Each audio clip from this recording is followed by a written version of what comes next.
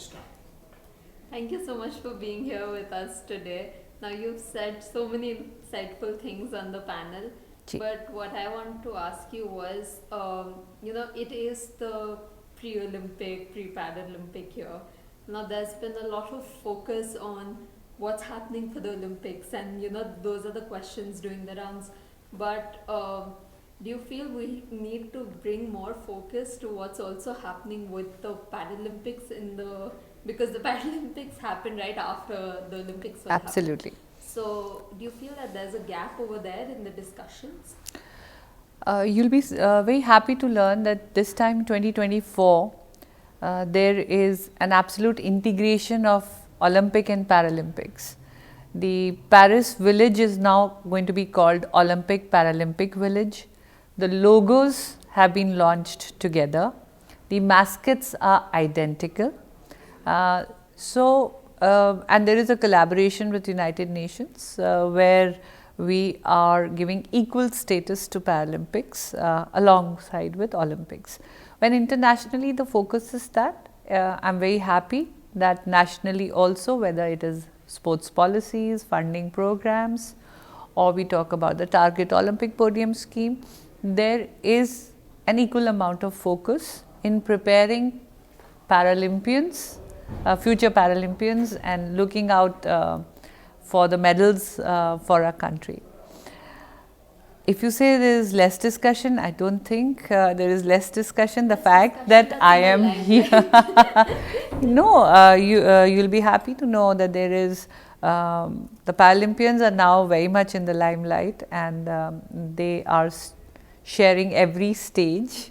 And I'm very happy that Sportstar has also emerged as a very inclusive panel where I was a part of a very important discussion around growth of sports and athletes joining as administrators and giving back to sports. Now, when you talk about Paralympics, we are already looking at we are aiming at it being many medals, doubling up our previous count. But the idea is to win the medals in 2 digits and bring down the position of our country in the overall medal tally as a single digit. So that's the aim, and we are preparing, and very happy that of course 2 major years were taken away by pandemic, and post Tokyo there is a lot of love, there is a lot of celebration around para sports, and it goes hand in hand with several other initiatives where there is so much of talk on equality, there is so much talk on equity, there is so much talk around development of universal infrastructure, and inclusive policies are coming up every day. Every state is also having their own focus on para sports. New para sports centers are coming up. So a lot of dialogue around para sports there, because country and the sports ecosystem have understood that these are mainstream sports and they make our country look very progressive. And whenever a Paralympian or a para sports person wins a medal, it is a true celebration of Azadi Ka Amrit Mahotsav. It defines New India in the right essence. You spoke about policy, and I'm so happy you did that. But when it comes to sports policy and something like Paralympics, since sports policy is usually, it takes place in silos in our country. So one state will do something very nice, and the others can't benefit from what a state has done. So do you think for the Paralympics, which is also growing every year, we need to have something at the central level that will sort of have a blanket application to everyone? It is pretty much there. We have a very inclusive central policy. The central government policy is at par with any other sport when it comes to para sports and the Olympic sport. It is pretty equal. Now, when we talk about individual states, India is a very huge country. It cuts across many geographical, demographic Each state has their own different topography, geography, their own economy. So if I say that an equal amount of prize money or rewards or opportunities or infrastructure will be created, that probably will not be the right thing to do. But I would definitely make an appeal that it should at least be equal for the Olympic and the Paralympic sport. That itself will sort out the disparity, and also any infrastructure which is being created around sports should be inclusive. That will automatically give enough opportunity for para sports to grow. And since the time you've sort of taken over now as president, and it was almost like a watershed moment that someone who was a Paralympian has now come, because it was unheard of before that. What are the sort of fights you have had to fight to bring, so many changes to Paralympics in India? Because you say it's all so much more equal now. It wasn't the case earlier. Yes. So I will not call it a fight. I will call it a system of growth. We had to grow and we had to learn, because there were so many things which were still not in place. We did not have a proper digitalization of our sport, the data system, the data entry system.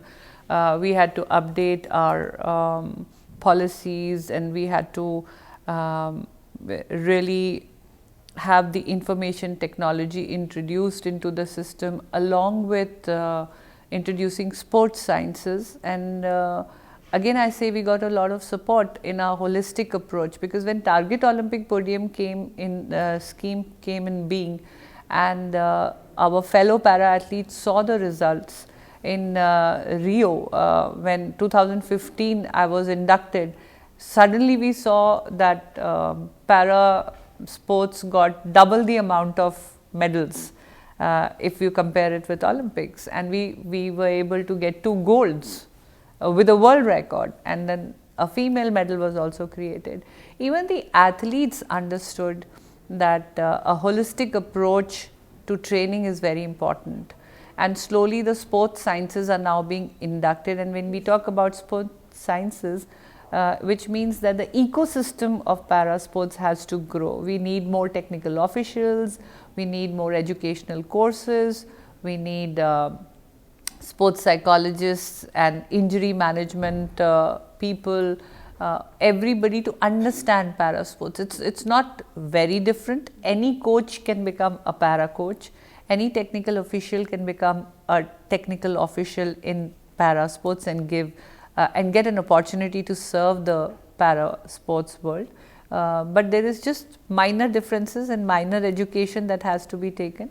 And we are very fortunate that now we are also continuously organizing these courses.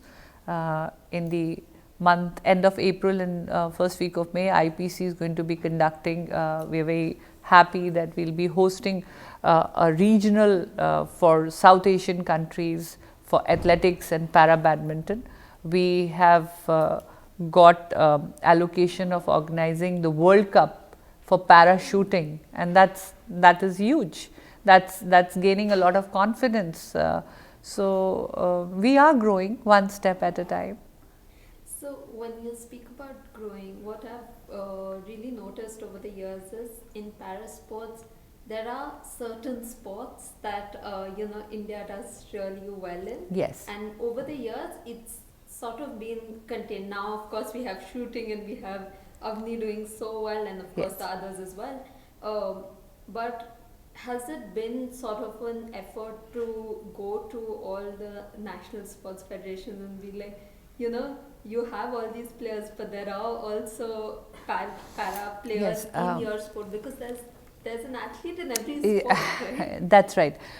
You're very right. We can definitely make more medals for our country and create more awareness and more participation in para sports if we include so many more sports, because we don't play them, we don't win in them. And but we are, again, like I said, fast growing. And if you just compare between Rio and Tokyo, we were there only in 5 sports in Rio, whereas in Tokyo we went and participated in 9 sports at the summer Paralympics.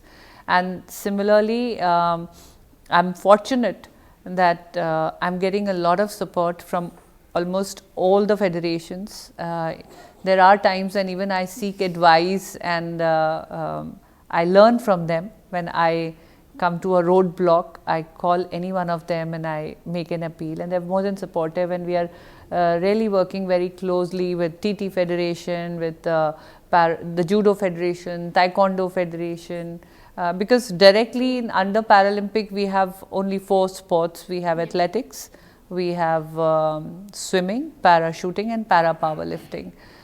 Para badminton again is been very recently introduced as a Paralympic sport, and we can see so many medals we won in Tokyo.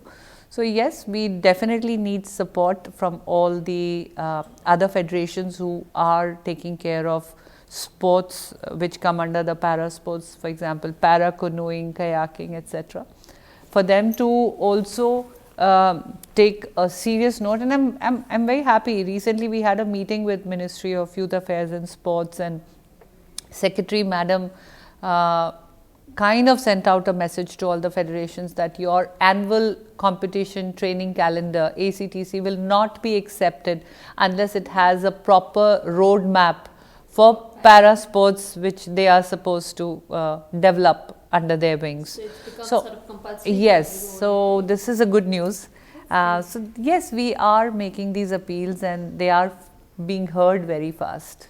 And my last question to you will be, I mean, over the years since you were a para athlete yourself, what are the sort of, once you came into administration, what were the sort of, the first things that came to your mind that, the issues that you faced as an athlete, and also you came into the sport at a much later stage in your life. Yes. And now to sort of bring about a grassroots development for younger athletes who with disabilities to really come on the world stage and prepare. What are the sort of, because you spoke to us about the Para World Cup, and could you tell us a little more about the Shooting World Cup and what else you're doing?